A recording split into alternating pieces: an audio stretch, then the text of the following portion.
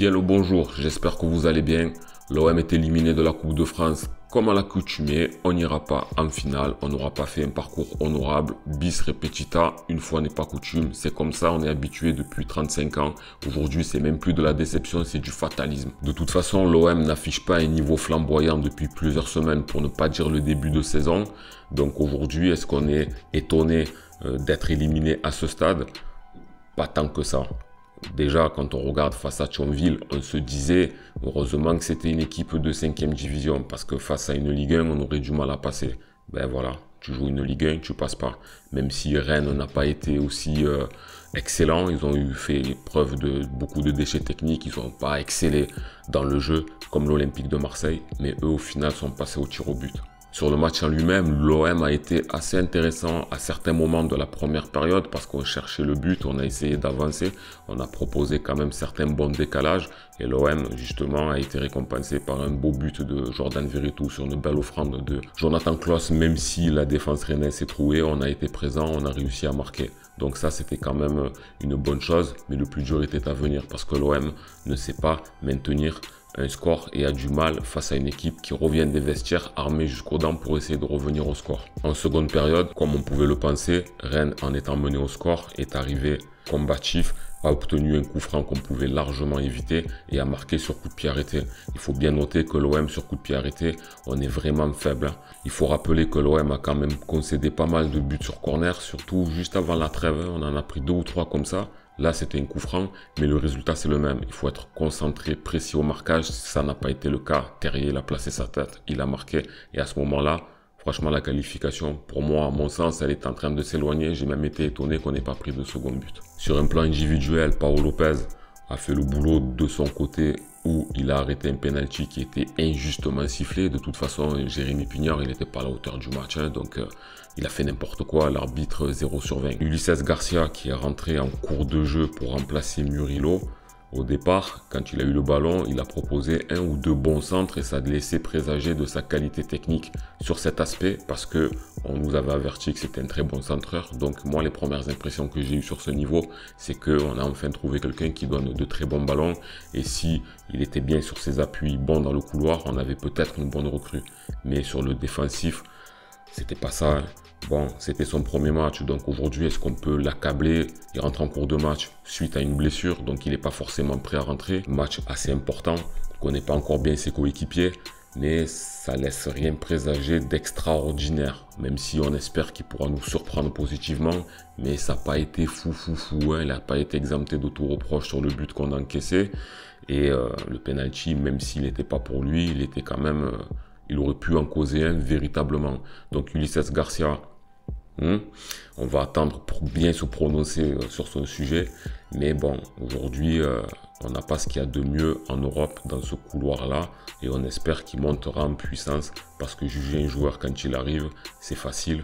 Mais on attendra de meilleures performances déjà au moins à domicile et lorsqu'il démarrera titulaire ou qu'il rentrera dans des meilleures conditions que rentrer après une blessure. En ce qui concerne Jean Onana, le mettre en milieu de terrain pour un match aussi important, on le sait, Gattuso n'avait pas le choix. Il y a eu un moment donné où on pouvait se dire est-ce qu'il va apporter parce que les 2-3 premiers ballons ça pouvait aller, mais il a manqué cruellement de technique. Il a fait beaucoup de passes qui étaient erronées. Je trouve qu'il cherchait pas l'avant du match, il cherchait pas les attaquants, donc il jouait beaucoup en retrait. Et puis il a eu pas mal de déchets, donc lui aussi c'était sa première en tant que titulaire. On va pas l'assommer, mais ça a l'air un peu juste. Hein. La première impression me fait que c'est un peu juste. Moi, c'est mon point de vue. J'espère me tromper. J'espère qu'il va monter en puissance lui aussi comme Ulisses Garcia et qu'il pourra nous donner de la satisfaction dans les semaines à venir. Mais pour l'instant, ça paraît assez moyen tout ça. Le mercato n'est pas fini. Benassia et Longoria sont en train de travailler. On pourra espérer qu'il y ait peut-être 1 ou 2 joueurs qui viennent. Mais je ne pense pas que ça règle complètement les problèmes de l'OM. Défensivement, c'était intéressant. Léo Balerdi, franchement, il a fait son match. Il a été bon, costaud. Il a fait de belles transversales. Il a bien tiré son penalty. Il a été carré pour un joueur qui était très décrié, critiqué à Marseille. Franchement, il fait le job depuis plusieurs semaines. Et c'est pas mal. Il faut qu'il continue comme ça. Gigot aussi, il était plutôt bon en défense. On lui a donné un rôle où il était quand même amené à être beaucoup plus haut. C'est la stratégie de Gattuso. ça peut donner du bon, donc on le trouve offensivement, mais dans le contre-coup de cette stratégie fait qu'on peut avoir un repli défensif beaucoup plus difficile, beaucoup plus approximatif, et ça peut lui demander beaucoup d'énergie. Donc il faut avoir vraiment le niveau pour pouvoir faire ça. Là, ça n'a pas forcément payé, mais dans d'autres matchs, surtout les précédents, quand il a été présent devant, qu'il a eu des coups de tête dangereux, voire qu'il a marqué, c'était grâce à cette stratégie-là. Et Meïté, il a été aussi bien. Moi, je trouve qu'il fait un peu trop de fautes pour rien et qu'il peut amener des coups francs dangereux, donc il faut qu'il soit vigilant sur ça, mais ça va. Meïté, globalement, il a été bon. Jonathan Klaus, il a été assez offensif, il a été décisif grâce à sa passe décisive pour Jordan Vertou, donc il a quand même donné beaucoup de sa personne, surtout en première mi-temps, mais on l'a vite trouvé fatigué. Donc Jonathan Klaus, moi, je l'ai trouvé bien. Et ensuite, il est un petit peu disparu en seconde, comme beaucoup de ses coéquipiers, comme l'OM a tendance à le faire depuis ces dernières semaines. Et devant, Vitinha, Aubameyang, bon, Aubameyang, énormément de mal à le trouver. Lui aussi ne redescend pas trop pour chercher le ballon. On l'a vu une fois sur une frappe dévissée. Il a tenté un petit peu, mais bon, comme il n'est pas bien servi, ben, on ne le voit pas, on ne le trouve pas. Vitinha, par contre, de son côté, il a touché beaucoup plus de ballons.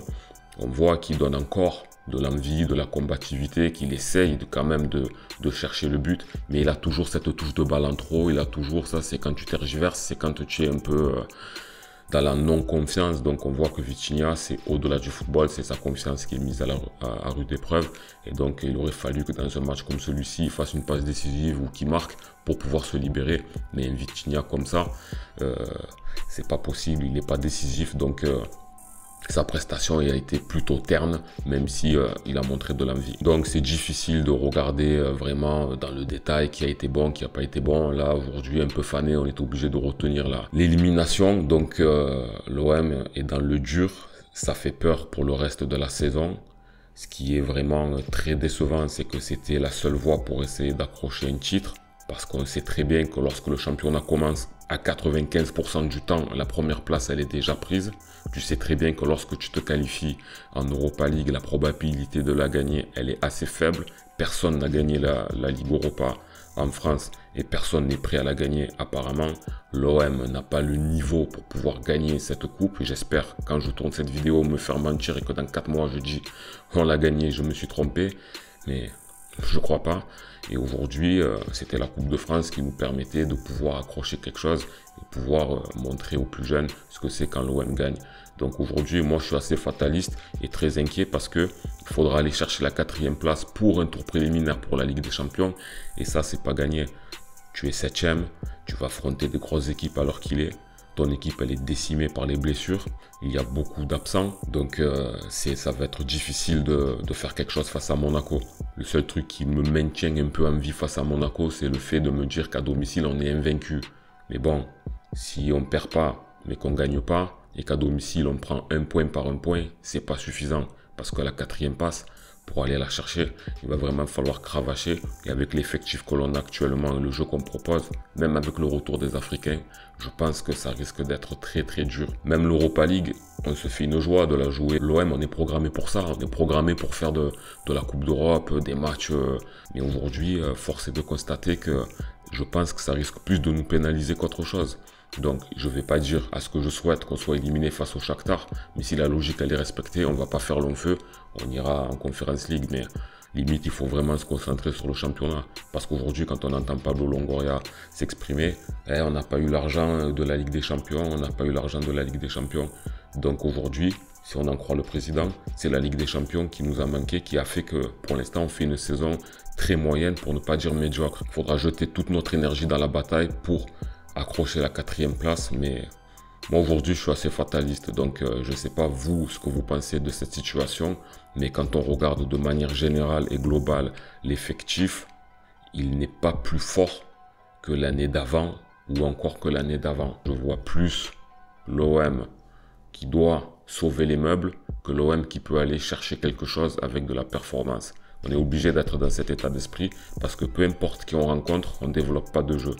Le seul moment où on a développé du jeu, c'était au mois de décembre, quand on a joué contre des adversaires très faibles qui étaient très mal en championnat, comme Lyon, comme Lorient et Thionville, qu'on a battu de manière juste.